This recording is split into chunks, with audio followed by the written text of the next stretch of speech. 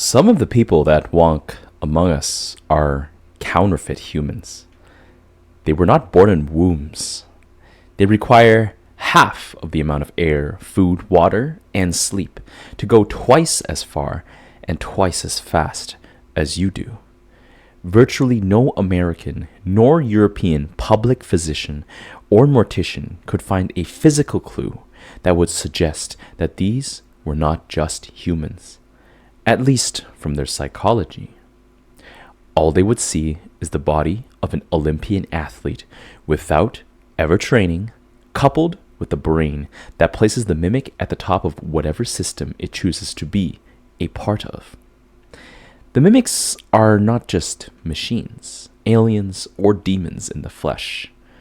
They are their own genus, a life that has existed on Earth much longer than humanity has. Mimics have also been noted in paleontology. The mimic has been imitating existing animals on Earth for over 500 million years. Some scientists even believe that as much as a quarter of all fossils are those of mimics.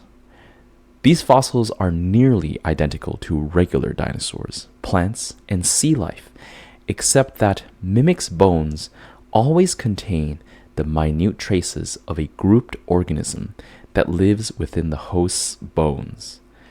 Without specialized inspection, these organisms appear to be simple organic impurities. Our lab has uncovered the presence of these xenosolomorpha in the bones of even living creatures. We believe that a group of 1,000 individual organisms, all living without a proper digestive tract, exists in every mimic, dictating every action. These organisms congregate anywhere. We have seen them exist on toe bones, pelvi, and skulls.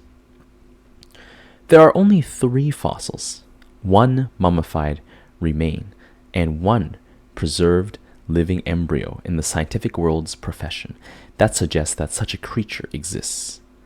The group of xenosolomorpha work together to use the host to develop an 8-gram elongated egg, the appearance of a dull, white glycerin pill. The body of the egg is resilient to friction, compression, heat, and stress, but halts all development in the presence of pure ethanol.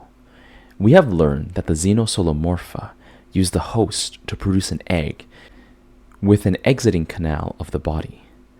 The mimic puts the egg in a still body of water, like a pool or bathtub.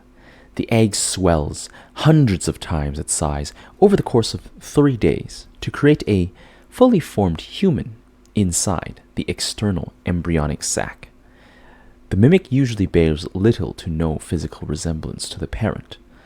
The mimics part ways after the hatchling breaks free.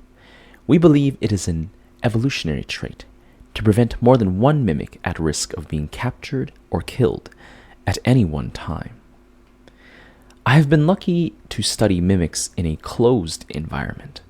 My lab has collected mimics of humans, cats and dogs, crows and octopi, a tree frog, a horse, and an elephant.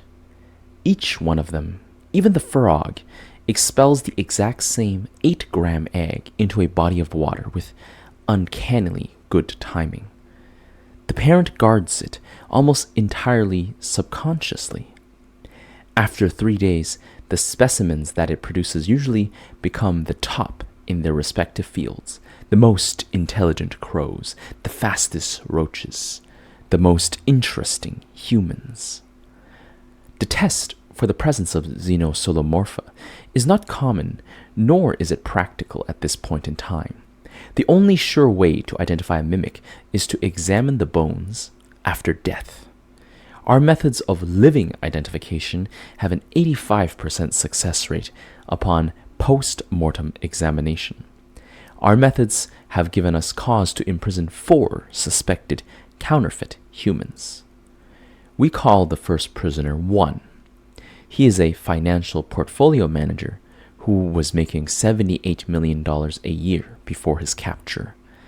2 a 6'6" raven-haired beauty who has broken the ankles and elbows of 3 of our security staff, operates the largest brothel in Bucharest. The third is the owner of the 3rd largest home security firms in America and one of the most prolific serial killers of all time. That came after our outbound team cleaned up any traces of our visit to number 3's home, where they found, per their reports, another gate to hell. The last is an artist and housewife who had not done anything of historic note with her 43 years on Earth. We worried she might be in the 15% error margin. Not all mimics were cooperative. One demands a lawyer upon seeing any one of us and says nothing else. 2 turns her back on us whenever we walk by. She refuses to speak to us, but we hear her speak to the others frequently. She reveals nothing that would give away any clues as to their own condition of being a mimic. The housewife flatly refused to believe she could be anything but human, and refused to look or listen to a single test result. The killer was the only one who listened. I was the one to break the news to him. I could gauge how fast the realization was sinking into his mind, by how slowly his face dropped, eyes widening. He wept in joy as he fell to his knees, thanking me for giving him the answer for why he was different. We are on orders to keep the mimics here indefinitely. They spend 24 hours a day in isolation, naked, at a constant ambient temperature of 73 Fahrenheit. Their cells are a single waterproofed, padded, light gray cube with an in-wall showering unit right over the single drain, where all contents are scanned thoroughly. Sensor bided to prevent suicides by drowning. Any surface in the cell is comfortable enough to sleep on, per private prison specifications, so they are not given beds, blankets, or pillows. They are given one single 90-watt natural sunlight bulb and a restricted internet access touchscreen terminal that they could offer anything entertainment-wise and nothing else. They are given 2 meals a day with a harsh foaming tablet used in place of a toothbrush. We do all this in order to allow a full, clear view to the mimic at all times, to ensure we see everything they do, all for the fateful moment where they would produce an egg. We lost a previous handful to insanity and one to suicide before we were told to give the people a means of escape. We devised this lie. We told them that we only were interested in studying the eggs and the larvae, not them, and if they could produce an egg for us to study, they would be free without pursuit, in return for their silence. They would then be transferred to another wing of the lab, and they would never see the outside world again. Number 2 already had an egg that had gone through her ear. She had hid in her hair as she pretended to sleep one night. She gave her egg to us immediately. She was transferred and escorted to the dressing room. We caught footage of number 1 hacking and spitting. He tried to hide the egg, but his hiding place was rather unoriginal. If you were real doctors, you would know it's just dehydrated phlegm. That's all. We were sure it was an egg. He was transferred, but seemed pleased enough to be out of the cell. He was taken to the private shower. We collected an egg from the housewife that passed through her excrement, and that was found by staff member who was wearing a rubber glove up to the armpit. She did not believe us, but didn't resist a transfer to the personal items collection booth. That left only the killer. He was our only mimic left for 2 weeks. He spent every second pushing in some way or another, trying to produce an egg.